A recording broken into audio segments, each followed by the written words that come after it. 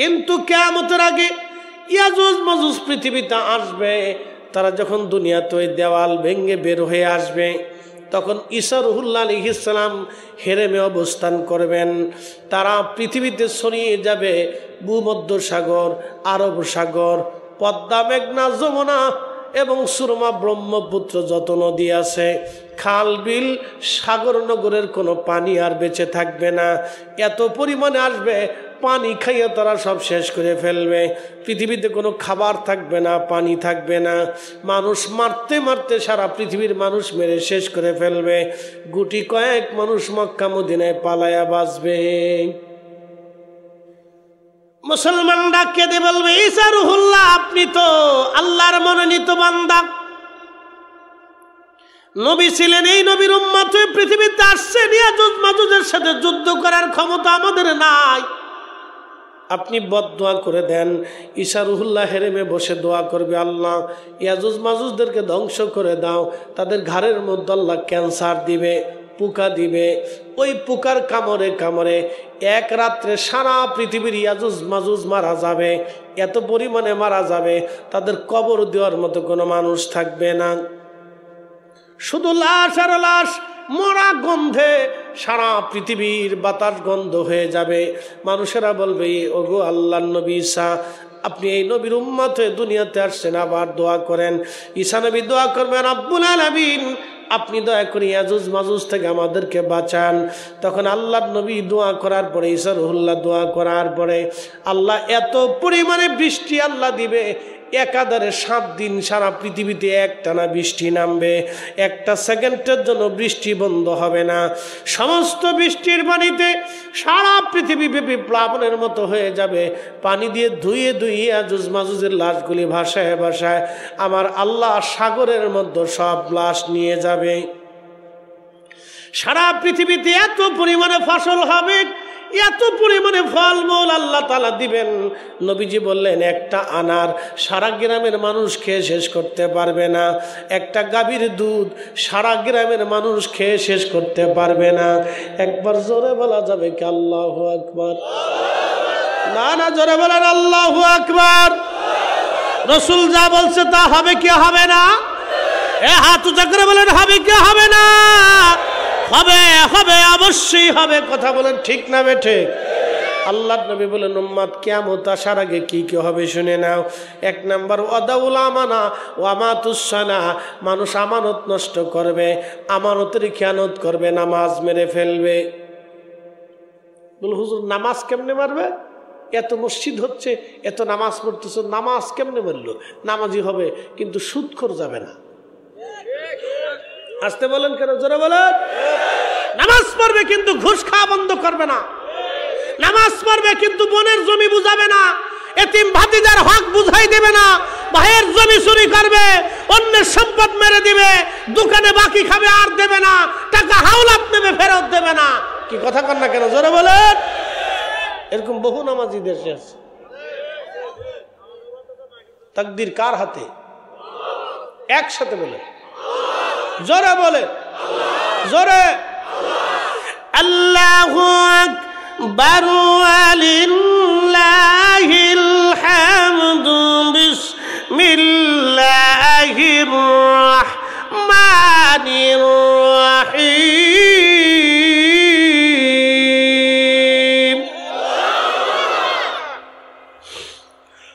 ওয়া মা তাদরি নাফসুম মাযা তাকসিবু গাদা।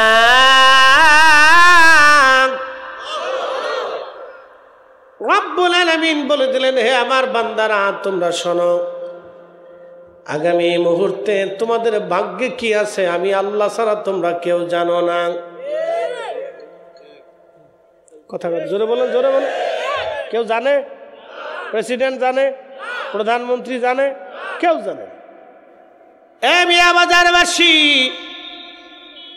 মনোযোগ দিয়ে শুনে যাবেন। পৃথিবীর কেউ জানে না তাদের তকদিরের মধ্যে কি লেখা আছে। এই জন্য আল্লাহ হযরত আবু বকর সিদ্দিক গোলামকে বললেন, গোলাম, হাই হাই করলি, কি খাবার আমারে দিলি? সে সঙ্গে সঙ্গে 2 আঙ্গুল গলার মধ্যে আবু বকর রাদিয়াল্লাহু আনহু ঢুকিয়ে দিলেন। বমি করার চেষ্টা করতেছিলেন, বমি হয় না। সাহাবীরা বললেন, আমিরুল মুমিনিন, এইভাবে যদি হয় আপনি তো মারা যাবেন, আপনি মরে যাবেন। হযরত আবু বকর ডাক দিয়ে বলেন, সাহাবীরা রে, এই খাবারটা হজম হওয়ার আগে আমি যদি মরে যাই, আমি আবু বকরের কপাল ভালো। আর এই খাবারটা যদি বমি হয়ে বের হয়ে যায়, তাহলে আমি আবু বকরের কপাল ভালো। আল্লাহর নবী বলেছেন, হারাম খাবার যদি রক্তের সাথে মিশে যায়, তাহলে ওই দেহ কখনো জান্নাতে যায় না। এই খাবারটা আমার পেটের মধ্যে চলে গেল, আমি আবু বকরের হাসরের ময়দানে কি অবস্থা হবে, আমি ভয় পাইতেছি। সাহাবীরা, এই খাবার হজম হওয়ার আগে আমি যদি মারা যাই, আমার কপাল ভালো। এরা মুসলমান সাহাবী, কথা কোন ঠিক কিনা?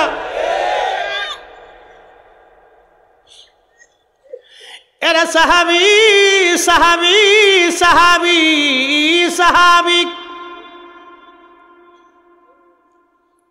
রাসূল কারীমের সাহাবী, এরা সাহাবী। নবীর প্রত্যেকটা সাহাবীর জীবন যদি আপনারা শোনেন, তাহলে বুঝতে পারবেন তারা কত বড় শানওয়ালা ঈমানদার। নবীর একজন সাহাবীর নাম ছিল আব্দুল্লাহ ইবনে হুযাইফা। রোম সম্রাট তাকে ধরে নিয়ে গেল। চিন্তা করতে পারতেছেন, রোম সাম্রাজ্য বর্তমান তুরস্ক, ইউরোপ, আমেরিকা, বিরাট অংশ মিলেছিল রোম সাম্রাজ্য।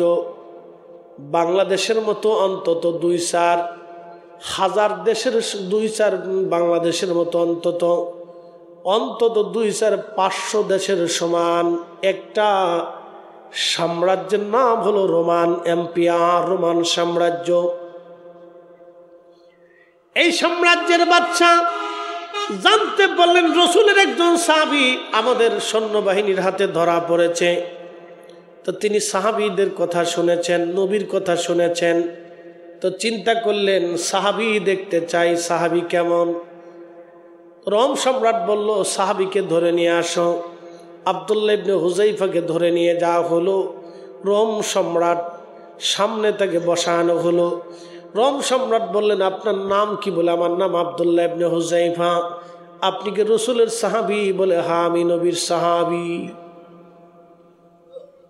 হ্যাঁ আব্দুল্লাহ ইবনে হুযাইফা, আপনাকে আমি আমার একটা মাত্র কন্যা সন্তান আপনার সাথে বিয়ে দিয়ে দেব। হুযাইফা ইবনে হুযাইফা, আপনি শুধু আমাদের ধর্ম খ্রিস্টান ধর্মে আপনি দীক্ষিত হবেন, আপনাকে আমি রোম সাম্রাজ্য দিয়ে দেব, রাজি আছেননি? আব্দুল্লাহ ইবনে হুযাইফা বললেন, হে রোম সম্রাট, তোমার এই সাম্রাজ্যের বিনিময়ে আমি আমার ঈমান বিক্রি করতে পারবো না। এই জমিনে কালেমার দিন প্রতিষ্ঠিত করার জন্য শাহাদাতের আশা নিয়ে এসেছিলাম। হে রোম সম্রাট, আমি মারা গেলে শহীদ হয়ে যাব, বেঁচে আছি এখনো গাজী। যদিও আমাকে শহীদ তুমি করে দাও, তারপরেও বলে দিয়ে যাচ্ছি, তোমার কন্যা বিয়ে করে রোম সাম্রাজ্যের সম্রাট হয়ে আমি আমার ঈমান বিক্রি করব না। একবার জোরে বলা যাবে কি মারহাবা? এরা মুসলমান। আর আমরা মুসলমান মসজিদে ভালো একজোড়া জুতা পাইলে চুরি করে পাই দিয়ে আইটে চলে যায়।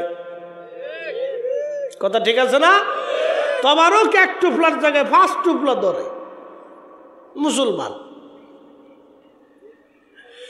হযরত আব্দুল্লাহ ইবনে হুযাইফা রাদিয়াল্লাহু তাআলা আনহু, রোম সম্রাট বলল, তাহলে তাকে হত্যা করো।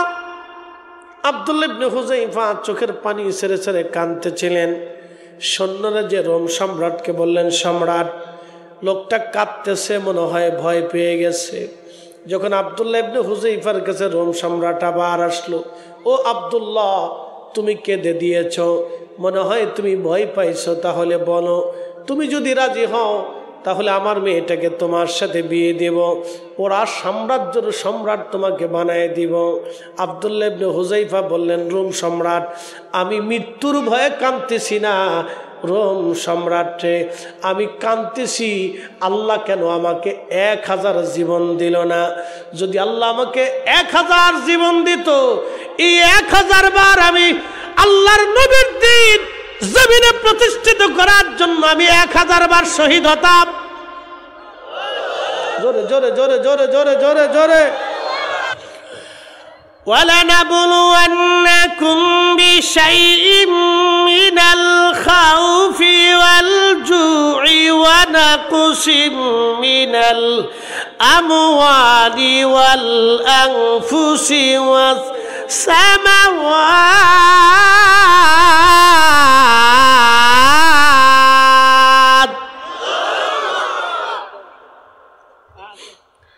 রব্বুল আলামিন ডাক দিয়ে বললেন, হে আমার বান্দারা, তোমাদেরকে আমি আল্লাহ রাব্বুল আলামিন পরীক্ষা করব, ভয় দেখা পরীক্ষা হবে।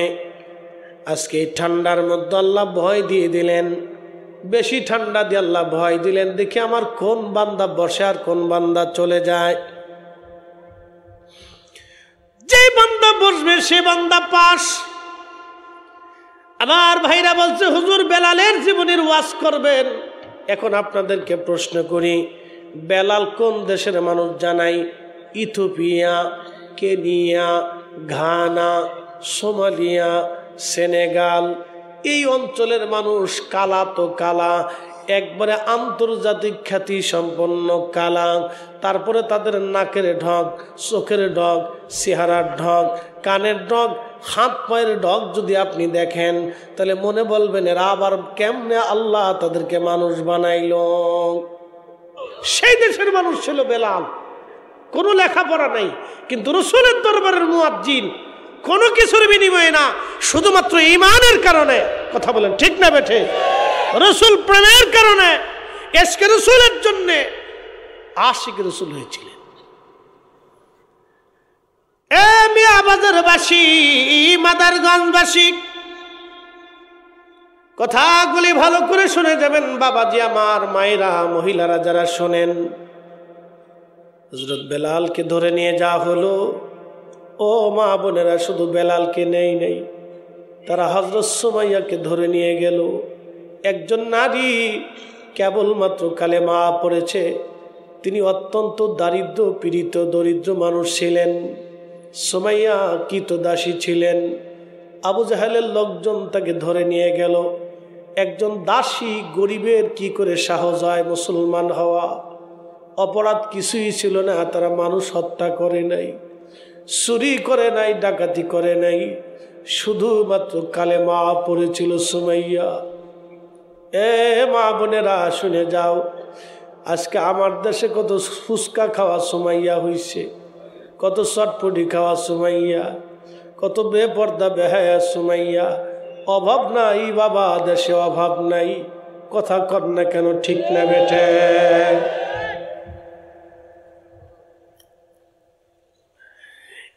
এ মাদারগঞ্জবাসী, সুমাইয়াকে ধরে নিয়ে যাওয়া হলো। সে গরিব মানুষ, গরিবের পক্ষে আমাদের দেশের লোক কম পাওয়া যায়। আসতে বললেন কেন? জোরে বলেন। সালিশ দরবার বিচারে গরিবের পক্ষ মানুষ পাওয়া যায় না, কারণ গরিব মানুষ মালটুস দিতে পারে না। ঘুমাইছে দাদা? ঘুমাইছেনি আপনার? গরিবের পক্ষে সালিশ দরবার আসে না, গরিবের পক্ষে আদালত নাই, গরিবের পক্ষে পুলিশও নাই। মাল দিতে না বললে কথা কয় না। কথা কয় না কেন? যা বলবো হক কথা বলবো। এদেশে কয়জন গরিবের ন্যায় বিচার হয় দেখেন তো আমাকে? চোখ টিভিতে বিচার হয়, মতের টানে বিচার হয়, গোষ্ঠীর টানে বিচার হয়, পয়সার টানে বিচার হয়। নিরপেক্ষ বিচার কয়টা হয়? খুব কম সংখ্যক নিরপেক্ষ বিচার হয়। কথা ঠিক আছে না বাপ? যার কারণে আকাশে বৃষ্টি হয় না, আমাদের তকদিরের পরিবর্তন হয় না। নামাজ না পড়লে বৃষ্টি বন্ধ হয় না, কথা আল্লাহ রসুল বলেন নাই? আল্লাহ নবী বলছেন অন্যায় বিচার পৃথিবীতে হলে বৃষ্টি বন্ধ হবে, আল্লাহর গজব নাজিল হবে, দুর্ভিক্ষ হবে, বিভিন্ন নতুন নতুন রোগ আল্লাহ সৃষ্টি করবে শুধু অন্যায় বিচার করার জন্য। এক মহিলাকে রসুলের কাছে ধরে নিয়ে আসা হলো। নবীজি বললেন ধরে আনছে কেন? বলে হুজুর চুরি করছে। আল্লাহর নবী বললেন আল্লাহর কোরআনের বিধান মোতাবেক হাত কেটে দাও। সৌদি আরবে এখনো হাত কাটা হয়। একসাথে বলবেন আল্লাহু আকবার। এখনো সৌদি আরবে হাত কেটে দেয়, চুরি করবেন হাত কেটে দিবে, জেনা করবেন গলা কেটে ফেলবে, কোনো অসুবিধা নেই। যদ্দূর পারেন ওখানে যে জেনা করবেন, ধরা পড়লে গলা শেষ। আল্লাহর নবী বললেন হাত কেটে দাও। সাহাবায়ে কেরাম বলেন ইয়া রাসূলুল্লাহ, সে সম্ভ্রান্ত পরিবারের মেয়ে, বংশীয় মেয়ে, হাত কাটাটা কি মাফ করে দেওয়া যায় না? রাসূল করিম জালালি হয়ে গেলেন। এই সাহাবীরা, আল্লাহ এই জমিনে আমাকে ইনসাফ প্রতিষ্ঠিত করার জন্য পাঠিয়েছেন। একসাথে বলবেন আল্লাহু আকবার। আল্লাহ আমাকে এই জমিনে ইনসাফ প্রতিষ্ঠিত, ন্যায় প্রতিষ্ঠিত করার জন্য পাঠিয়েছেন। ন্যায় প্রতিষ্ঠিত করার জন্য আমাকে পাঠিয়েছেন। আমার পূর্ববর্তী নবীদের উম্মতরা শুধু ধ্বংস হয়ে গেছে অন্যায় বিচার করার কারণে, অন্যায় করার কারণে, ন্যায়ের উপরে না থাকার কারণে তারা ধ্বংস হয়েছে। আল্লাহ আকাশ থেকে পাথর নিক্ষেপ করেছে, দুর্ভিক্ষ দিয়েছে, আগুন নিক্ষেপ করেছে, ভূমিধস দিয়ে তাদের ধ্বংস করেছে শুধু অন্যায় করার কারণে, অন্যায় বিচার করার কারণে।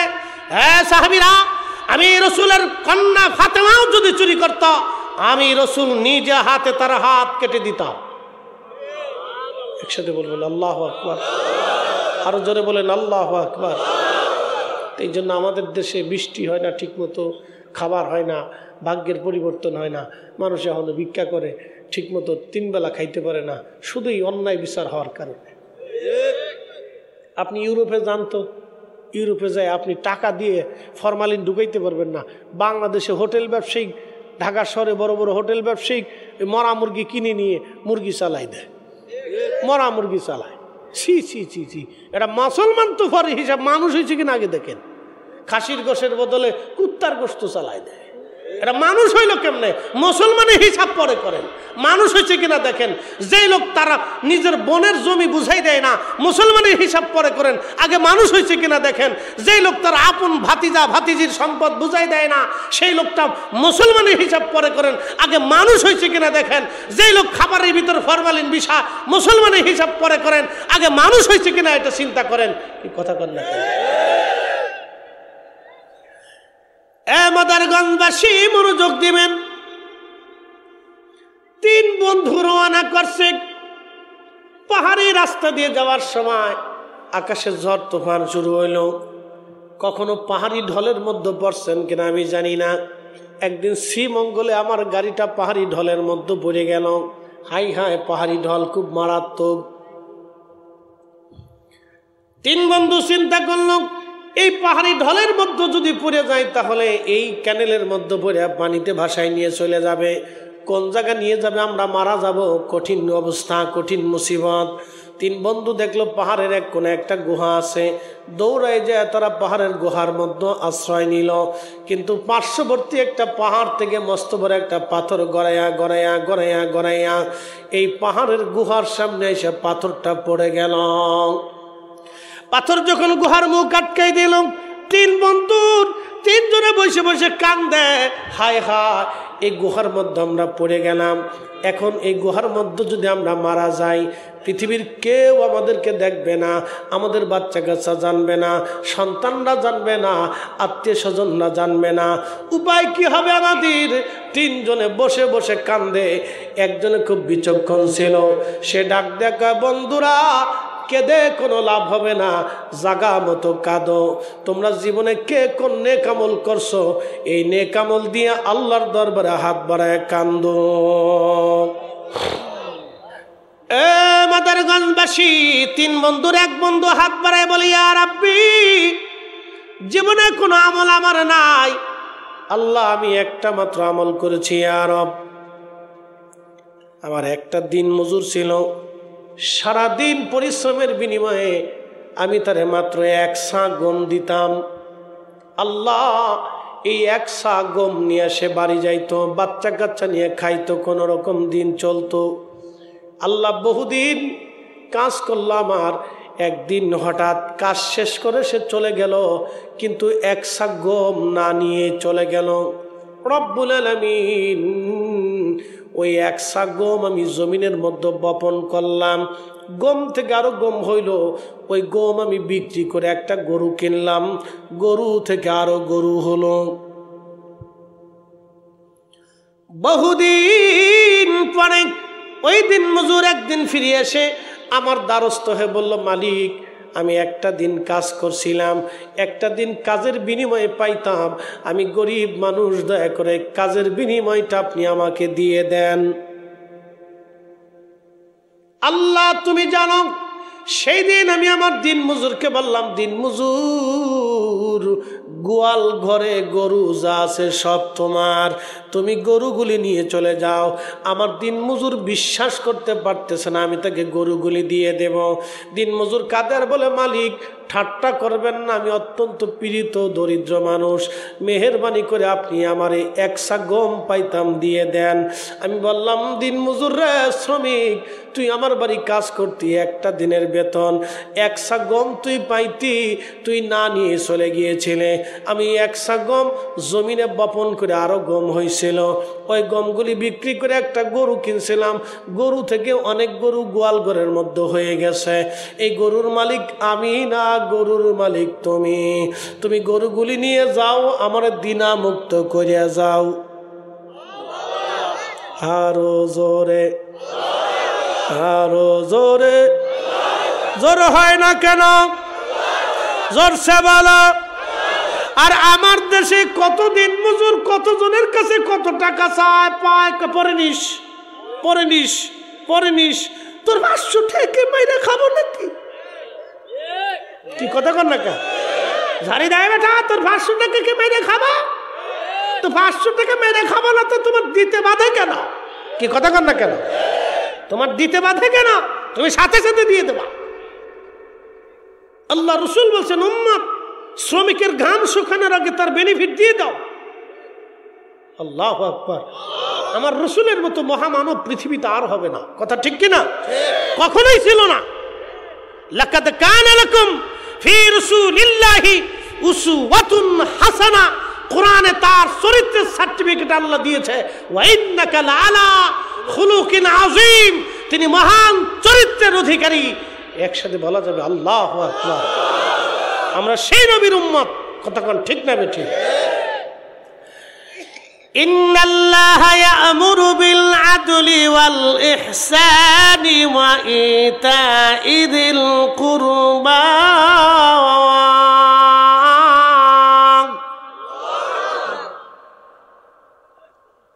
প্রিয় উপস্থিতি, রব্বুল আলামিন কোরআনুল কারীমের মধ্যে বললেন, তোমরা পৃথিবীতে ইনসাফ করবা, ন্যায় করবা, অন্যায় করবা না। ন্যায় করবা, অন্যায় করবা না। মনোযোগ দেন। হযরত সুমাইয়াকে ধরে নিয়ে আসা হলো। গরিব মানুষ, সেই দিন কেউ তার পক্ষ ছিল না। ও মা বোনেরা, মাদারগঞ্জবাসী আপনারা শুনে যাবেন। হযরত সুমাইয়াকে ধরে এনে হাত পা বাঁধা হলো। আবু জাহেল একটা বর্শা হাতে নিয়ে, বর্শা তো আপনারা চিনেছেন, যুদ্ধের একটা অস্ত্রের নাম বর্শা। এই বর্শাখানা হাতে নিয়ে হযরত সুমাইয়া রাদিয়াল্লাহু আনহার গুপ্তাঙ্গে বর্শা দিয়ে খুঁচিয়ে খুঁচিয়ে খুঁচিয়ে খুঁচিয়ে নির্মমভাবে তাকে হত্যা করা হলো। সুমাইয়ার আর্ত চিৎকারে মক্কার আকাশ পাতাল ভারী হয়ে গিয়েছিল। কান্নার আওয়াজে কারো হৃদয় গলে নাই। হযরত সুমাইয়া বারবার কেঁদেছিল, ইয়া রব, যেই দিন আমার কলিজার মধ্যে দিয়েছো, যে হেদায়েত তুমি আমাকে দিয়েছো, ইয়া রাব্বি, হেদায়েত থেকে আমাকে সরাইও না, ওরা আমাকে হত্যা করতেছে। আল্লাহ, আমি যে ঈমান গ্রহণ করেছি, এই ঈমান যেন আমার কলিজা থেকে বের হয়ে না যায়। ও নারী সমাজ, হযরত সুমাইয়ার জীবনী শুনে যাবেন। আল্লাহু আকবার। সেই দিন তার কান্নায় কারো মন গলে নাই। আবু জাহেল তাকে মারতেছিল, বর্শা দিয়ে খুঁচিয়ে খুঁচিয়ে নির্মমভাবে তাকে হত্যা করা হয়েছিল। কঠিন হত্যাযজ্ঞে তারা আনন্দে মেতেছিল। সুমাইয়ার কান্নায় আকাশ পাতাল ভারী হয়েছিল। সেই দিন সুমাইয়া জীবন দিয়েছিলেন, ঈমান দেন নাই। রব্বানা লা তুজিগ কুলুবানা বাদা ইয হাদাইতানা ওয়া হাব লানা মিন লাদুনকা রাহমাতান ইন্নাকা আনতাল ওয়াহ্হাব। রব্বুল আলামিন দোয়া শিক্ষা দিয়ে বলেন, হে বান্দা দোয়া করো, আল্লাহ হেদায়েত দিয়ে আমাদেরকে গুমরা বানাই দিয়েন না। পথভ্রষ্ট বানায়েন না, হেদায়েত দেওয়ার পরে আমাদেরকে গুমরাহ বানায়েন না। সুমাইয়ার জীবন চলে গেল। হযরত সুমাইয়ার স্বামীর নাম ছিল হযরত ইয়াসার রাদিয়াল্লাহু আনহু। তার পায়ের মধ্যে রশি বাঁধা হলো, দুই পায়ের মধ্যে রশি বেঁধে উটের গলার মধ্যে রশি বেঁধে দেওয়া হলো, দুইটা উট দুই দিকে সারানো হলো, উট দৌড়ায় যায়। হযরত ইয়াসার রাদিয়াল্লাহু আনহু দুইটা পাহাড় গোরগুলি ছুটে ছুটে ভেঙে গেল। বন্ধু, আবার উটগুলি দাবড়ানো হলো। হযরত ইয়াসারের মাঝখান থেকে ফেরে ফেরে চামড়া ছিঁড়ে ছিঁড়ে বারে বারে টানতে টানতে চামড়া ছিঁড়ে ছিঁড়ে হযরত ইয়াসারের জীবন চলে গেল। জীবন দিল, শহীদ হলো, কিন্তু ঈমান দেয় নাই। সেই দিনের সাহাবী রাসূল স্বামী আর স্ত্রী দুইজনে একসঙ্গে জীবন দিলেন। ইসলামের জন্য প্রথম জীবন দানকারী একজন নারী, ইসলামে প্রথম কালেমা গ্রহণ করি একজন নারী, তিনি আম্মা জান খাদিজাতুল কুবরা। ইসলামের জন্য প্রথম যিনি জীবন দিলেন তিনি নারী হযরত সুমাইয়া রাদিয়াল্লাহু আনহা। নারী সমাজ, নারী সমাজ, এখন তো আমাদের নারীরা উস্কা ফুসকা আবিজাবির পাগল, আমাদের নারীরা বেহায়াপনার পাগল, আমাদের নারীরা বেপর্দার পাগল, আমাদের নারীরা শুধু মার্কেট করার জন্য পাগল, দুনিয়াদারির পাগল, আমাদের নারীরা ঝগড়া করার জন্য পাগল। আহা, নারী সমাজকে আল্লাহ এতটাই মর্যাদা দিলেন যে প্রথম দিন কবুলকারী নারীদের মধ্য দিয়ে দিলেন, প্রথম ইসলামের জন্য শহীদ নারীদের মধ্য আল্লাহ দিয়ে দিলেন। এইভাবে বহু সাহাবীর ক্ষত হয়ে গেল, জীবন চলে গেল। হযরত খাব্বাব রাদিয়াল্লাহু আনহুকে তারা ধরে নিয়ে গেল। হযরত খাব্বাবকে ধরে নিয়ে, তিনি ছিলেন একজন কামার, তিনি আগুন দিয়ে, কয়লার ভিতরে আগুন দিয়ে লোহা দিয়ে অস্ত্রপাতি বানাইতেন। হযরত খাব্বাব রাদিয়াল্লাহু আনহুকে তারা ধরে নিয়ে গেল। আবু জাহেলের দলেরা, গরিব মানুষ, খাব্বাবকে হাত পা বেঁধা হলো। যে কয়লাগুলি আগুন দিয়ে জ্বালানো হয়েছিল, আপনারা জানেন কয়লাগুলি আগুনের মধ্যে জ্বলে জ্বলে জ্বলে জ্বলে এই কয়লাগুলি আঙ্গারের মতো হয়ে যায়, গরম হয়ে যায়, আগুনের মতো হয়ে যায়। এই কয়লাগুলি, আগুনগুলি মাটির উপরে বিছাইয়া হযরতে খাব্বাব রাদিয়াল্লাহু আনহুকে চিৎ করে শোয়াইয়া, ওই আগুনের উপরে চিৎ করে শোয়াইয়া বুকের উপরে পাথর চাপা দিয়ে 10-12 জনে পাড়া দিয়ে চেপে ধরে রাখতো। কয়লার আগুনে আহাদ আহাদ আহাদ, আল্লাহ এক, আল্লাহ এক, আল্লাহ এক, আল্লাহ এক, আল্লাহ এক। কখনো তোমাকে যদি ভুলি, হেদায়েতের আলো জেলে নিও কাছে তুলি, ঠাই দিও প্রিয়তম, ওগো ঠাই দিও প্রিয়তম, ওগো মহিয়ান, তুমি রহমান, তুমি মেহেরবান। অন্ধ গাহে না শুধু তোমারি গুণগান, বুঝায় বুঝে না তবু শান, তুমি রহমান, তুমি মেহেরবান, তুমি রহমান, তুমি মেহেরবান। বন্ধু মনোযোগ দিবেন। হযরত বেলাল প্রচন্ড গরমে মাঝে মধ্যে বেহুশ হয়ে যাইতেন, আবার হুশ আসতো। শুধু আহাদ আহাদ আহাদ। আমি এই বছর হজে গিয়েছিলাম, বহু হাজি এই বছর হজে মারা গিয়েছে গরমে। কোন রিপোর্ট আসছে 7,000, কেউ বলেছেন 17,000, কম বেশি হতেই পারে রিপোর্ট অনুযায়ী। তবে হাজার হাজার হাজি হজে গরমে মারা গিয়েছে। আমার নিজের চোখের সামনে 2 জন হাজি মিশরি মারা গেল। আহা, প্রচন্ড গরমে হিট স্ট্রোকে হাজি মারা গেল। আপনি বুঝতে পারতেছেন কি প্রচন্ড গরম হয়, কি প্রচন্ড গরম, লু হাওয়া চলতে থাকে। আমার চোখের সামনে হিট স্ট্রোকে ছটফট করে মারা গেল। এত প্রচন্ড গরমে বেলালকে মরুভূমির মধ্যে বেঁধে রেখে বুকের উপর পাথর চাপা দিয়ে আসতো, কোন রকম দম চলতো, আসতো। আহাদ আহাদ আহাদ, আল্লাহ এক, আল্লাহ এক, আল্লাহ এক, আল্লাহ এক, আল্লাহ এক, আল্লাহ এক, আল্লাহ এক। নবী বলতেন, উম্মত, তোমাকে কেটে কেটে যদি টুকরা টুকরা করা হয়, তারপরে তুমি আল্লাহর সাথে শিরিক করবে না।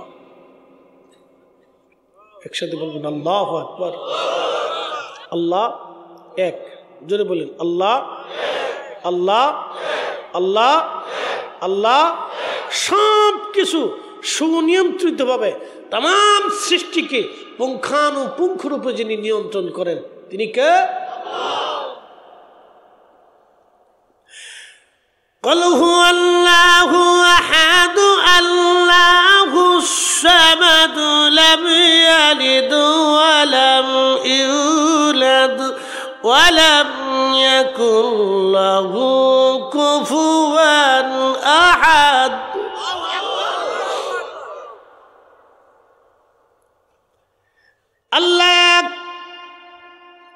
আল্লাহ কেন আল্লাহর সাথে শিরিক করবেন না, শরীক করবেন না?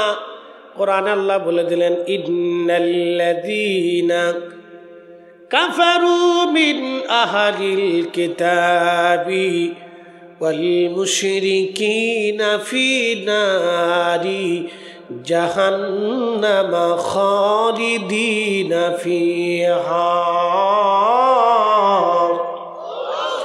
নিশ্চয়ই যারা কাফির এবং মুশরিক, আহলে কিতাবের অন্তর্ভুক্ত যারা ইহুদি খ্রিস্টান এবং যারা শিরিক করে, বিভিন্ন দেব দেবীর সামনে মাথা নত করে, পাথরের সামনে মাথা নত করে, সূর্যের পূজা করে, আগুনের পূজা করে, মূর্তির পূজা করে, পাথরের পূজা করে, আল্লাহকে খোদা মানে, কিন্তু আল্লাহর স্ত্রী আছে, পুত্র আছে বলে মনে করে।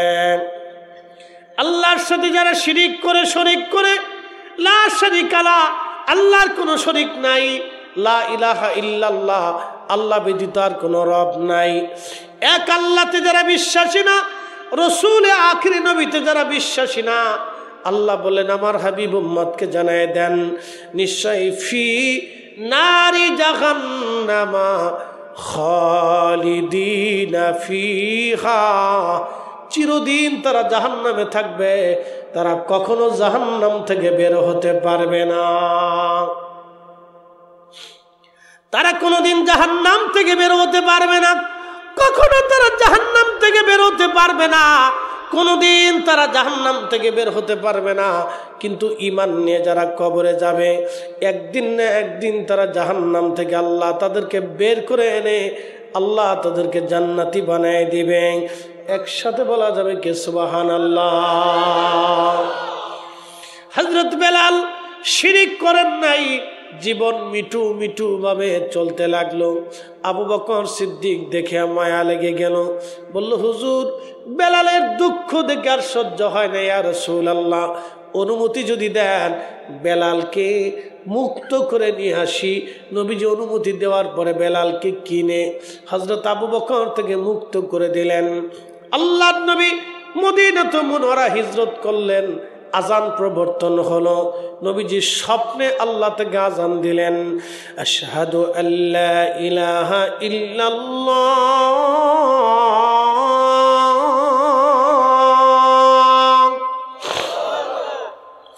আশহাদু আন্না মুহাম্মাদার রাসূলুল্লাহ।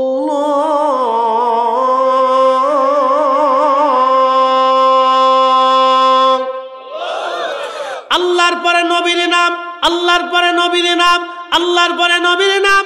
আজানে আল্লাহ নিজে সেট করে দিলেন, 5 ওয়াক্ত আজানে মুসলমান আল্লাহর পরে নবীর নাম নেবে।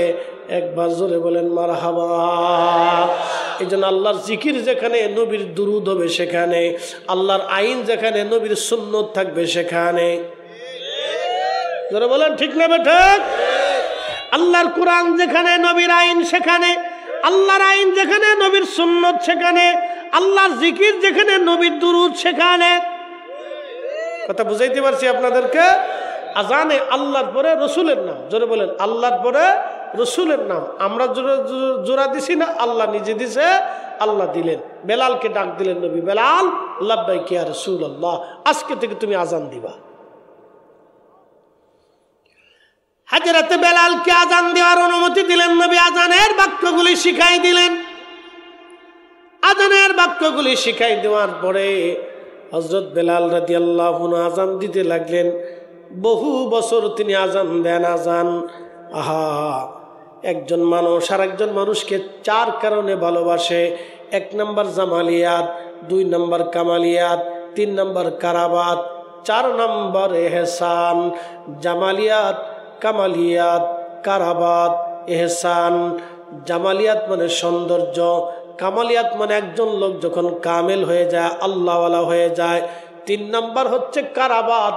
কারাবাত মানে নৈকট্য। নৈকট্য তো বুঝতেই পারতেছেন আপনারা, একজন আর একজনের খুব কাছাকাছি মেশামেশি, ঘন ঘন এক জায়গায় থাকা হলে মোহাব্বত বেড়ে যায়। 4 নম্বর এহসান। এহসান মানে দয়া। আল্লাহর নবী বললেন, মাল্লাম ইয়ারহামিন নাস ওয়া মাল্লাম ইয়ারহামিল্লাহ, যে মানুষকে দয়া করে না আল্লাহ তাকে দয়া করে না, যে মানুষকে দয়া করে আল্লাহ তাকে দয়া করে। এ মাদারগঞ্জবাসী, আমার নবীর মধ্যে 4টে গুণ ছিল। 1 নম্বর জামালিয়াত, 2 নম্বর কামালিয়াত, 3 নম্বর কারাবাত, 4 নম্বর এহসান। 4টে গুণই আমার নবীর মধ্যে ছিল। আমার নবীর চাইতে সুন্দর পুরুষ পৃথিবীতে আর হবে না। কি কথা বলেন না কেন, ঠিক কিনা? আমার আম্মা জান আয়েশা সিদ্দিকাকে নবীজি বললেন, সাহাবীরা বললেন, ওগো মা জননী, ওগো মা, রসুল সুন্দর না ইউসুফ সুন্দর? আম্মা জান বললেন, ও সাহাবীরা, আমার নবীর উম্মতেরা, যেই নারীরা, মিশরের যে মহিলারা হযরত ইউসুফের সৌন্দর্য দেখে নিজেদের আঙ্গুল কেটে কেটে কেটে কেটে ফেলেছিলেন, কমলা লেবু কাটার বিনিময়ে তারা আঙ্গুল কেটেছিলেন, ওই নারীরা যদি আমার রসুল দেখত, ইউসুফের জায়গায় যদি আমার নবীকে তারা দেখতো, তাহলে তারা হাত কাটতো না, তাদের কলিজা কেটে ফেলতো। তারা বুঝতেই পারতো না তারা তাদের কলিজা কেটে ফেলতেছে। একবার হাত তুলে ধরে বলেন না আল্লাহু আকবার। তিনি আমাদের নবী। কথা বলেন ঠিক না বেঠে? ত্রিভুবনের প্রিয় মুহাম্মদ এলো রে দুনিয়ায়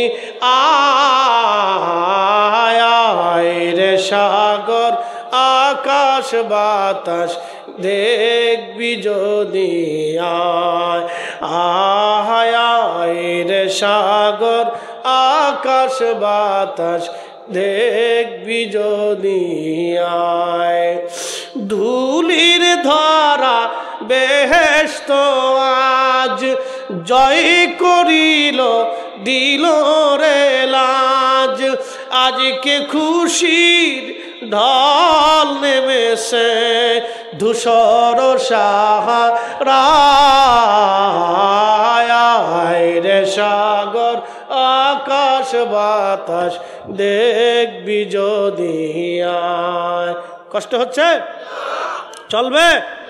হাত উঁচা করে বলেন তো, চলবে চলবে চলবে? এ কেবল 1.5 ঘন্টা চলে, আরো চলবে চলবে? নারায়ে তাকবীর।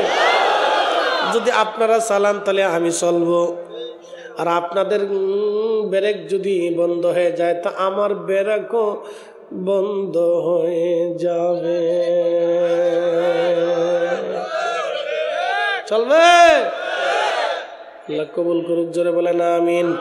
সারা রাত থাকা লাগবে না, নেকি আপনাদের আমলনামায় লেখা হয়ে গেল।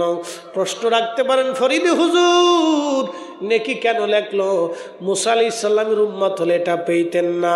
আপনি আখিরি নবীর উম্মত বেদায় আল্লাহ নবীর ইজ্জতে আল্লাহ আপনারে নেকি দিয়ে দিছে।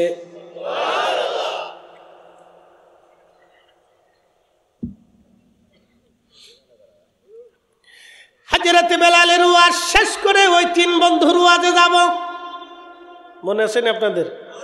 3 বন্ধুর ওয়াজ মনে আছে?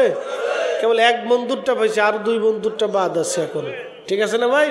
বেলালের ওয়াজটা ছেড়ে দিয়ে যাই, তাহলে কালকে আবার কোন যে হুজুর বেলালের ওয়াজ করতে কইলাম, কইলেন না আপনি ফেরা। এই ওয়াজ প্রত্যেক দিন করতে করতে যান শেষ, যেখানে যায় খালি কা হুজুর একটু কদ্দুর বেলালের ওয়াজ করেন, হুজুর কদ্দুর একটু বেলালের ওয়াজ করেন। আচ্ছা কন তো, এই ওয়াজটা আমি জানি এটা ইশকে রাসূলের একটা খোরাক। আমার আগের ভাইও বলে গেছেন, ওনারাও শোনেন, সব বক্তা বাংলাদেশের যত বক্তা আছে আলহামদুলিল্লাহ আমার মায়া করে। আলহামদুলিল্লাহ বলবেন না? বাংলাদেশের কোনো বক্তা আমাকে মায়াহীন রাখে না। সব বক্তাই, সর্বঘরানার আলেম বক্তা যারা আছে তারা আমাকে যথেষ্ট মহব্বত করে। আল্লাহর দরবারে শুকরিয়া, তারা আন্তরিকভাবে মহব্বত করেন যে আমার বক্তব্যে তারা রুহের খোরাক পান। আমি হেরেমে গেছি, এক ভাই আমাকে জড়াই ধরে বললেন, হুজুর ফরিদি ভাই আপনার আলোচনা শুনি মুগ্ধ হই, ভালো লাগে, তা আপনি এত সুন্দর করে কিভাবে বলেন, বা আপনার এই আলোচনা থেকে রুহের খোরাক কেন আসে? আমি বললাম, ভাইরে একটা কথা আপনাদেরকে বলি, বক্তা যদি বক্তব্য অনুযায়ী আমল না করে তাহলে শ্রোতাদের কলিজার ভিতরে এটা হিট লাগে না। বক্তার মূল কাজ হচ্ছে ওই বক্তব্য তিনি যেটা প্রদান করবেন সেটার উপর তাকে আমল থাকতে হয়, না হলে কাজ হয় না। আমল থাকতে হবে, যখনই আমল থাকবে তখনই শ্রোতাদের কলিজার ভিতরে এটা ধাক্কা লাগে। প্রিয় উপস্থিতি, এটা আল্লাহ পাকের একটা দয়া। কথা বলেন ঠিক আছে না ভাই? আমার কি কোনো ক্ষমতা আছে ভাই? মানুষের দিল এটা নিয়ন্ত্রণ করে কে? আল্লাহ না? আমাদের দিল আমরা নিয়ন্ত্রণ করতে পারেন। আপনার এই যে স্বাস্থ্য চেহারা আপনি কি নিয়ন্ত্রণ করতে পারবেন? এই ছোট্টগুলি এই বাচ্চাগুলি কত সুন্দর দেখেন, থাক ঘুমাইছে ঘুমাক, ছোট্টগুলি বাচ্চাগুলি কত সুন্দর। এবার যখন ওই শিশু তখন আরও সুন্দর। এ যখন বালক আসে, শিশু থেকে কৈশোর, কৈশোরে আসার পরে আর এক রকম, কৈশোর থেকে বালক একরকম, বালক থেকে যুবক আর এক রকম, যুবক থেকে যখন বৃদ্ধতায় আসে যায় তখন চেহারা ভিন্ন রকম। আমাদের স্বাস্থ্য তো চেহারা আমরা নিজেরাই নিয়ন্ত্রণ করতে পারি না, এটা আল্লাহ নিয়ন্ত্রণ করে। কথা ঠিক আছে না? তো আমাদের দিল নিয়ন্ত্রণ করে কে? আল্লাহ। আল্লাহ। তো দেখেন আজান দিতে দিতে রসুলের সাথে বেলালের একটা প্রেমের সম্পর্ক হয়ে গেল, নিবিড় সম্পর্ক। নবী ইমাম, মুয়াজ্জিন বেলাল। নবী ইমাম, মুয়াজ্জিন বেলাল। আল্লাহু আকবার। এক নিবিড় সম্পর্ক হলো। মসজিদে নববীতে যদি কোনোদিন যান তাহলে আপনি একটা ঠিকানা বলে দিই, যখনই রিয়াজুল জান্নাতে ঢুকবেন, আল্লাহ রসুলের পবিত্র মিম্বর শরীফ, রওজা শরীফ থেকে রসুল করিমের পবিত্র মিম্বর শরীফ, এই বরাবর জায়গাটুকু হচ্ছে রিয়াজুল জান্নাহ, এটাকে বলে জান্নাতের বাগান। এখানে বসে যদি আপনি 2 রাকাত নামাজ পড়েন তাহলে বুঝবেন আপনি আল্লাহর জান্নাতে নামাজ পড়ছেন। এখানে বসে যদি দোয়া করেন তো বুঝবেন আপনি আল্লাহর জান্নাতে বসে দোয়া করছেন। এই টুকরাটুকুন আল্লাহ কিয়ামতের ময়দানে এই টুকরা সহ আল্লাহ জান্নাতে পাঠাবে। একসাথে বলবেন আল্লাহু আকবার। এটা জান্নাতের অংশ। জোরে বলেন কিসের অংশ? জান্নাতের অংশ। এইটুক জান্নাতে চলে যাবে, এই অংশটুকুন জান্নাত আল্লাহ পাঠাই দিবে। বুঝতে পারতেছেন জায়গাটুকুন কত দামি। তো এর পিছনেই দেখবেন এরকম ছাদের মতো, ছোট্ট করে একটা ছাদের মতো জায়গা আছে মসজিদে নববীর ভিতরেই। আর একটা ছোট্ট করে টঙের মতো একটা ছাদ দেখবেন, টাইলস করে সুন্দর করে। ওর উপরে দাঁড়াইয়া মসজিদের মুয়াজ্জিন, মসজিদে নববীর মুয়াজ্জিনরা ওইখানে দাঁড়ায় আজান দেয়। বলে হুজুর এটা কেন? বলে দিয়ে যাচ্ছি। ওইটা ছিল বনু নাজ্জার গোত্রের এক মহিলার ঘর, ওইরকম ছাদ ছিল, ওইরকমই উঁচু।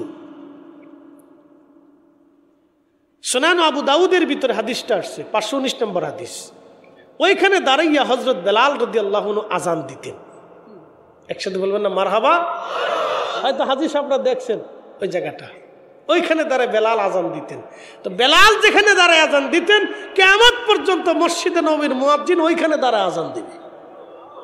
একসাথে বলবেন আল্লাহু আকবার। আর এটা মনে রাখবেন যে সারা পৃথিবী আসিকি ফাসিকি আকাম্মে বাদাম্মে জেনা বেবিচার অন্যায় অশ্লীল ফায়সা কাজে ভরে যাবে, কিন্তু মদিনাতুল মুনওয়ারা কখনো অশ্লীল ফায়সা কাজ মদিনায় প্রবেশ করবে না। আল্লাহু আকবার। আসতে হলো কেন? জোরে বলেন। মদিনায় ঘুমানো কে? নবী। জোরে বলেন মদিনায় কে ঘুমিয়ে আছে? রাসূল থাকার কারণে মদিনাকে আল্লাহ তাইয়্যিব রাখবে, পবিত্র রাখবে, দাজ্জাল ঢুকতে পারবে না। একসাথে বলবেন আল্লাহু আকবার। আল্লাহর নবীর ইন্তেকালের পরে মদিনাতুল মুনাওয়ারে সাহাবীরা পাগল পারা হয়ে গেলেন। আহা, 3 দিন পর্যন্ত মদিনায় কারো বাড়ি খাবার ছিল না। 3 দিন পর্যন্ত মদিনায় কারো ঘরে রান্না বান্না হয় নাই। ছোট্ট ছোট্ট বাচ্চারা কাঁদে, মহিলারা কাঁদে, নবী নাই, নবী নাই রে, নবী নাই, নবী নাই। আল্লাহর নবীর একটা উট ছিল, উটের নাম ছিল কাসমা। এই কাসমা উটটা কাঁদা শুরু করলো। তারিখের মধ্যে আসছে একাধারে 3 দিন পর্যন্ত উটটা কেঁদেছিল। আপনারা জানলে বুঝবেন, উট যখন কান্না করে তখন মানুষের মতো চিৎকার মেরে মেরে কান্না করে। 3 দিন পর্যন্ত কাসমা কেউ পানি পান করাইতে পারে নাই, খাবার খাওয়াইতে পারে নাই। নবী বিরহ বেদনা কাসমা এভাবে কেঁদেছিল। আমি জানি প্রেমে পাগল সে তো মদিনা, প্রেমানলে পুড়ে মরি, প্রেমানলে পুড়ে মরি, ওহে রব্বানা। আমি জানি প্রেমে পাগল সে তো মদিনা, আমি জানি প্রেমে পাগল সে তো মদিনা। মদিনায় কান্নার রোল। হযরত বেলাল তিনি খাওয়া দাওয়া বন্ধ করে দিলেন। আহা, আজান দেওয়া বন্ধ করে দিলেন, আর আজান দিতে পারেন না, কারণ বিরহ বেদনা এতই মারাত্মক। আপনারা দেখবেন কোনো মায়ের সন্তান যদি অকালে মারা যায়, তখন পৃথিবীর সময় ওই সন্তানটাকে ভুলে গেল, মা কখনো ভুলে না। আপনারা দেখবেন গোরস্থানের পাশ দিয়ে কত মানুষ হেঁটে হেঁটে চলে যায়, মা গোরস্থান থেকে বহু দূরে দাঁড়ায় দাঁড়ায় সন্তানের কবরের দিকে তাকায় তাকায় মা কাঁদতে থাকে। সন্তানের বিছানা ধরে মা কান্দে, সন্তানের জামা কাপড় ধরে মা কাঁদে, সন্তানটার বই ধরে ধরে মা কাঁদে, সন্তানের বিছানায় বসে বসে মা কান্দে। পৃথিবীর সবাই ভুলে গেল, মা ভুলে না। এটার নাম বিরহ বেদনা। সন্তানটাকে মা কলিজার ভিতর থেকে ভালোবাসে বিদায়, সন্তানটাকে মা কলিজার ভিতর থেকে ভালোবাসে বিদায়, সন্তানের বিরহ বেদনা মা সহ্য করতে পারে নাই। আশিক রাসূল বেলাল কলিজার ভিতর থেকে নবীকে ভালোবাসতেন, নবীর বিরহ বেদনা সহ্য করতে পারতেছিলেন না। রওজা শরীফ দেখলে তিনি কান্দেন, মিম্বার শরীফ দেখলে তিনি কান্দেন, মসজিদে দাঁড়ায় কাঁদেন। নবীর স্মৃতিগুলি দেখে দেখে বেলাল কান্দে। সহ্য করতে না পেরে ডাক দে বলে, আবু বকর আমার বিদায় দিয়ে দাও, আর মদিনায় থাকার সুযোগ আমার নেই। হে রাসূল তোমায় ভালোবাসি,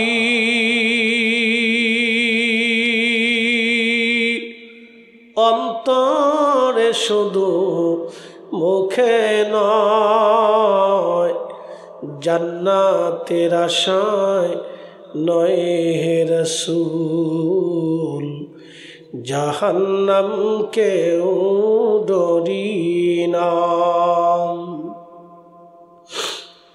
তোমায় পাওয়ার আশায় মন ছুটে যাই মদিনায়, তোমায় পাওয়ার আশায় মন ছুটে যাই মদিনায়।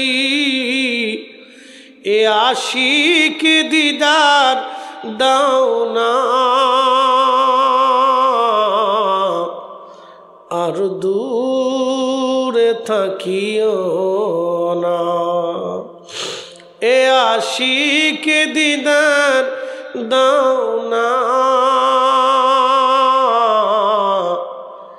আর দূরে থাকিও না।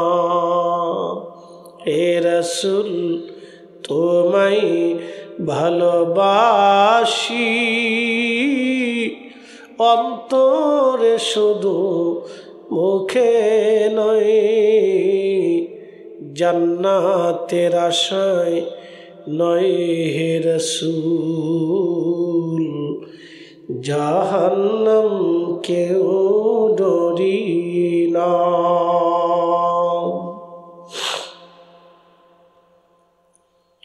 সিরিয়ার দামেস্কে চলে গেলেন বেলাল। বহুদিন পরে ইমাম তাকিউদ্দিন সুবকিয়া শিফাউস সাকামের মধ্যে লেখেন, হযরতে বেলাল বহুদিন পরে ঘুমের মধ্যে ঘুমিয়ে আছেন, স্বপ্ন দেখে রে রাহমাতুল লিল আলামিন বেলালের কুড়ে ঘরে তশরিফ এনেছে। স্বপ্নে নবী গেলেন, বেলালকে ডাক দিয়ে বললেন, বেলাল তুমি আমার সঙ্গে কেন জুলুম শুরু করছো? বেলাল রে কতদিন হলো তুমি আমি নবীর জিয়ারতে আসো না। বেলাল আয়, আমি নবীর জিয়ারতে আই রে বেলাল, কেন জুলুম করতেছো? আমি নবীর সঙ্গে আসো। স্বপ্ন দেখার পরে বেলাল স্থির থাকতে পারেন নাই, দ্রুত গতিতে সিরিয়ার দামেস্ক থেকে মদিনায় চলে আসলেন। বুঝতে পারতেছেন একজন আশিক রাসূলকে নবী স্বপ্ন দেখাইছে, আসো আমার জিয়ারতে তুমি আসো রে বেলাল। কেন তুমি আমার জিয়ারতে আসো না বেলাল? আয় আমি নবীর জিয়ারতে আয়। নবীর আশিক রওজাতুল মুনওয়ারাতে এসে তখন কাঠের জালি দিয়ে ঘিরে রাখা ছিল। রওজা শরীফের পাশে বসে কাঠের জালির সঙ্গে মাথা ঠেকাইয়া বেলাল কান্দে, হুজুর গোলামকে আসতে বলেছিলেন, গোলাম আপনার কদম মোবারকে হাজির হয়ে গেছে। নবীজি গোলাম আপনার কদম মোবারকে হাজির।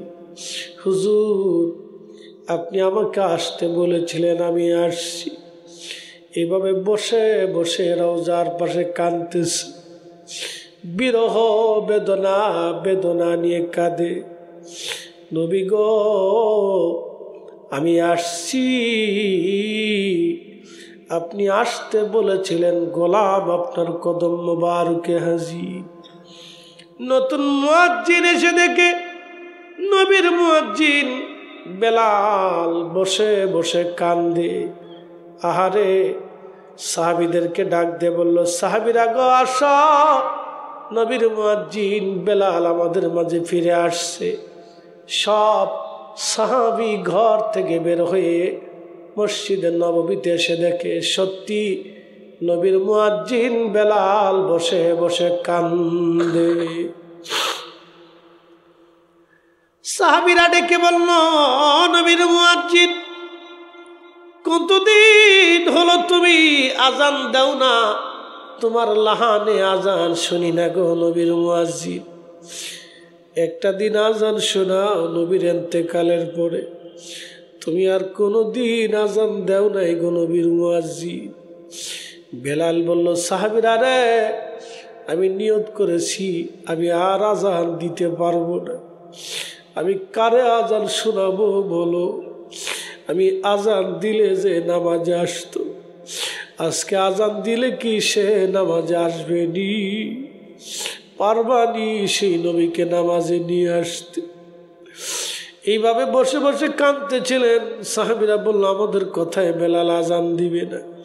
দেখো হাসান হুসেইন আসেনি, তারা রসুলের আওলাদ দৌহিত্র, তাদের কথা অবশ্যই বেলাল রাখবে। হাসান হুসেন রাদিয়াল্লাহু আনহুমা তিনারা দুইজন যখন আসছে রওজা শরীফ থেকে উঠে বেলাল হাসানের বুকের মধ্যে মাথা টেকিয়ে জড়ি ধরে বেলাল কাঁদতেছিল। আহা, সেই প্রেম বিরহ বেদনা কত মধুর ছিল। আমি জানি প্রেমে পাগল সে তো মদিনা, প্রেমানলে পুরে মরি, প্রেমানলে পুরে মরি, ওহে রব্বানা।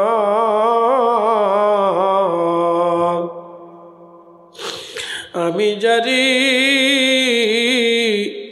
প্রেমে পাগল সে তো মদিনা।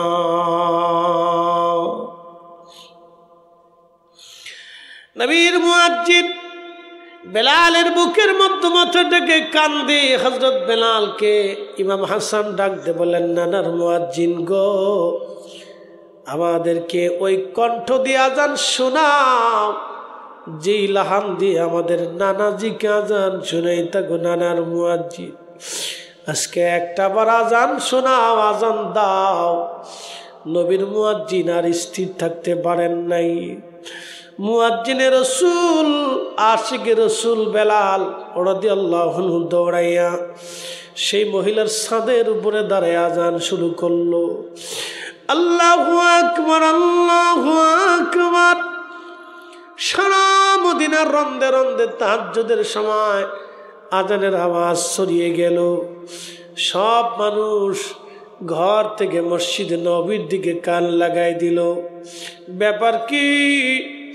বেলালের কণ্ঠের আওয়াজ আজকে বহুদিন পরে শোনা যায়। নবীর মুয়াজ্জিন আসছে রে।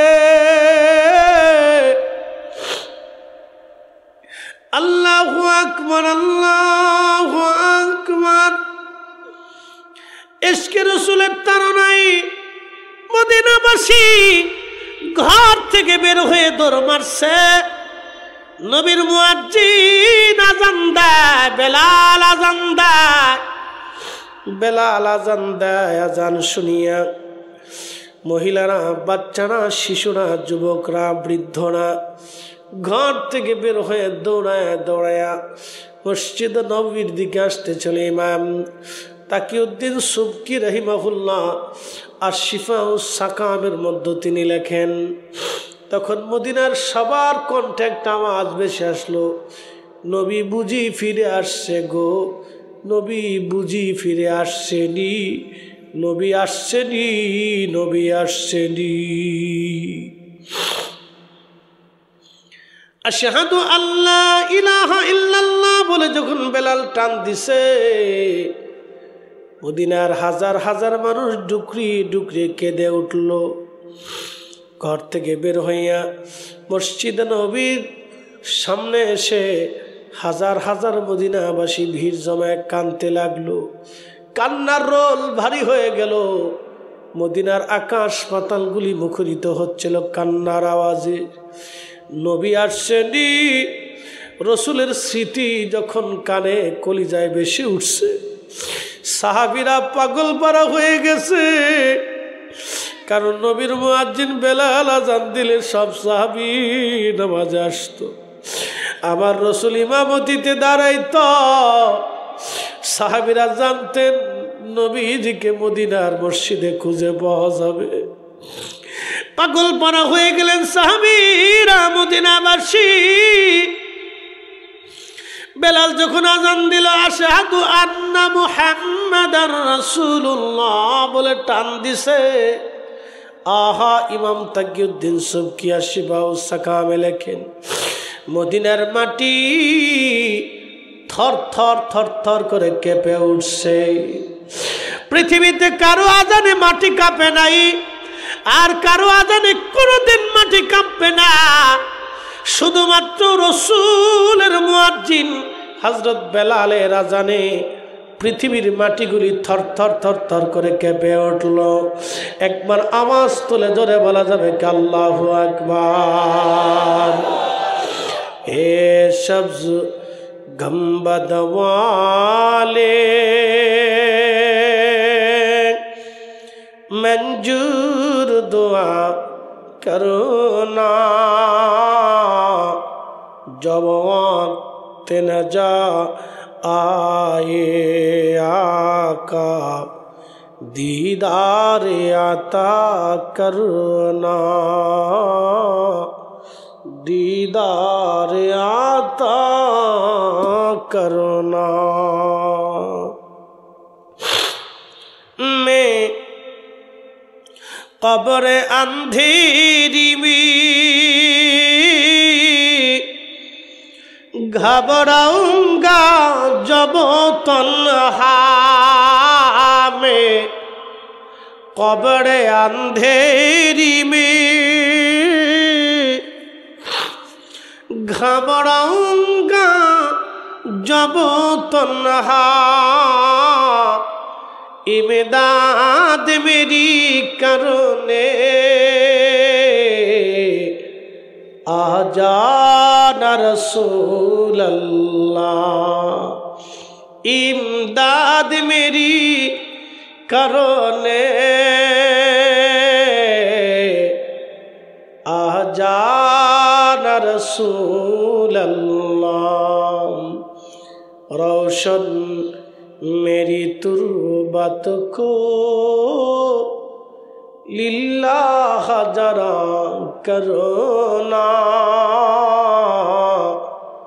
जब वक्त न जा आए आका दीदार आता करना दीदार आता करना।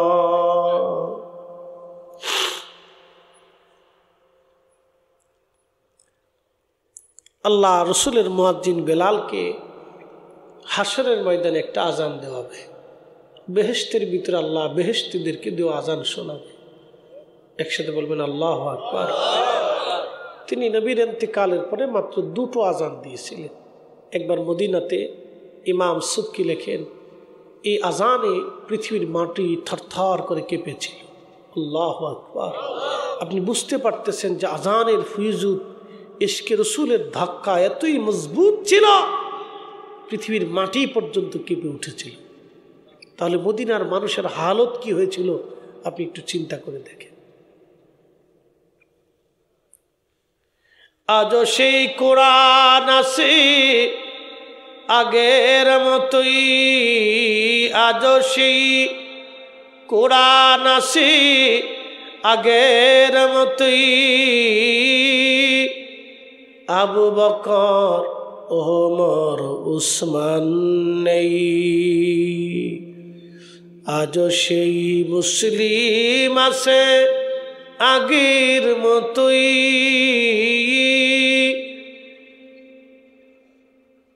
আবু বকর ওমর উসমান নেই, আজও সেই আজানের রসম আছে আগের মতোই। আজানের রসম আছে আগের মতোই। বেলালের মতো মুয়াজ্জিন নেই, আজও সেই। আসেন আমরা একটু মোহাব্বতে জবান খুলে জিকির করি আল্লাহ আল্লাহ আল্লাহ।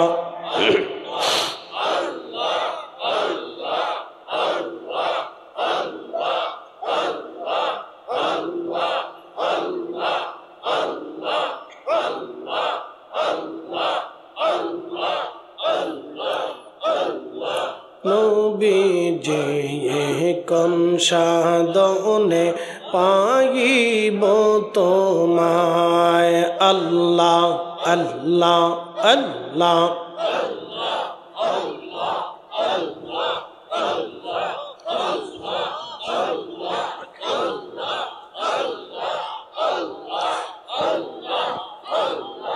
गुलाह मेरे देखा दीवानी ई गहनो बीजे কোন সাধনে পাইব তোমায় আল্লাহ আল্লাহ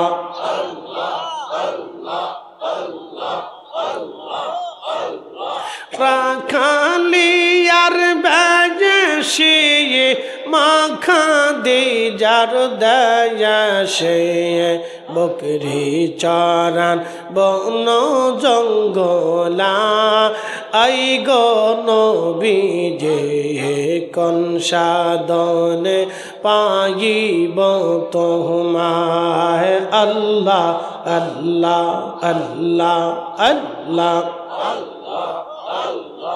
গোলামের দেখা দিবানি ই গহন বিজে কোন সাধনে পাইব তোমায় আল্লাহ আল্লাহ আল্লাহ আল্লাহ আল্লাহ আল্লাহ বনের যত পশু গণ ভক্তি করতই দুই চরণ বনের যত পশু গণ ভক্তি করতই দুই চরণ মেঘমালা ছায়া দিত গা আই গো নবীজে কোন সাধনে পাইব তোমায় আল্লাহ আল্লাহ আল্লাহ গোলামের দেখা দিবানি ই গো নবীজে কোন সাধনে পাইব তোমায় আল্লাহ আল্লাহ আল্লাহ এই সমস্ত মুঝে যায়া দেখা হযরত খাদিজা এই সমস্ত মুঝে যায়া দেখা হযরত খাদিজা জীবন যৌবন সঁপিল আপনা আই গো নবীজে কোন সাধনে পাইব তোমায় আল্লাহ আল্লাহ আল্লাহ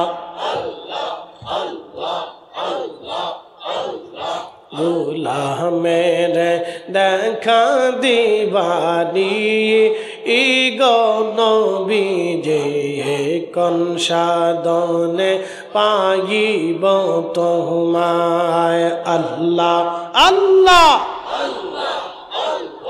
সালাতু সালাম গো আমার দুরুদ সালাম গো আমার কইও নবী মুস্তাফায় তোমরা যদি যাও গো মদিনা আল্লাহ আল্লাহ ওই মদিনা শরীফের মাঝি নূরের একটি খাম্বা আছে গো ওই মদিনা শরীফের মাঝি নূরের একটি খাম্বা আছে গো সেই খাম্বাতে হেলান দিয়া সেই খাম্বাতে হেলান দিয়া খুদবা দিতেন মুস্তাফায় তোমরা যদি যাও গো মদিনা আল্লাহ আল্লাহ আল্লাহ আল্লাহ আল্লাহ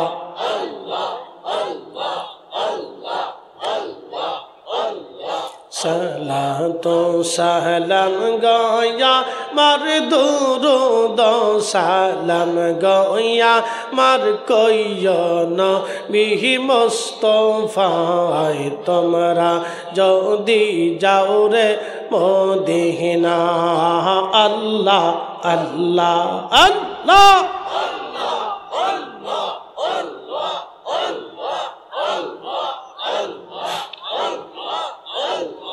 ওই মদিনা